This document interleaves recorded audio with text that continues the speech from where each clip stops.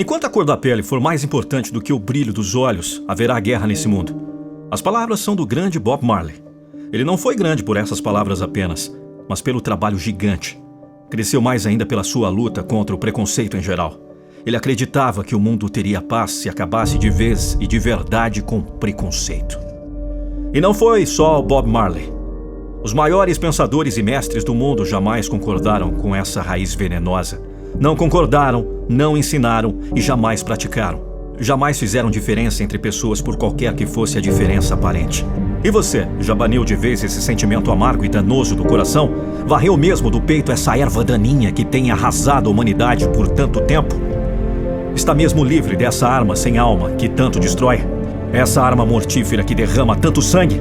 Essa arma violenta que deixa orfanadas as nossas criancinhas?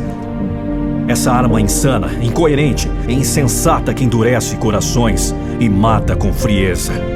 O preconceito ainda é a força principal que motiva o ser humano ao que é imprestável. Tanto se fala sobre ele, tanto ele é combatido, tanto ele é criticado, mas tudo parece resultar em adubo. Tudo parece resultar em vitamina.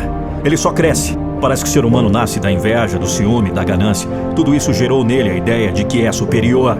Se você é grande mesmo, sabe levar os outros à sua altura. Se você é melhor mesmo, sabe lapidar os outros para que eles também sejam melhores. Se você é mais mesmo, sabe dar a quem é menos para contrabalançar as diferenças e serem iguais, porque ser iguais é o que faz a diferença. É hora de acabar com isso. Olhe para você. Quando diz que não tem preconceito, está falando sério? Fala mesmo de coração? É hora de analisar bem, porque vem a hora em que acabará por necessitar da mão de apoio que você desprezou. Aprenda a olhar além do que seus olhos veem. Veja abaixo das peles diferentes um esqueleto de ossos brancos iguais. Veja o mesmo sangue vermelho correndo nas veias.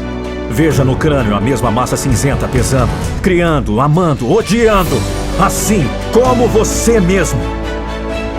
Veja no peito o mesmo coração pulsando, na mesma intensidade, no mesmo ritmo, na mesma força.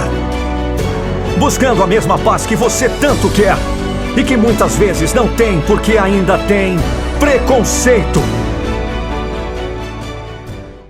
Precisa de um vídeo? Solicite seu orçamento e alcance o resultado desejado. www.produzvideo.com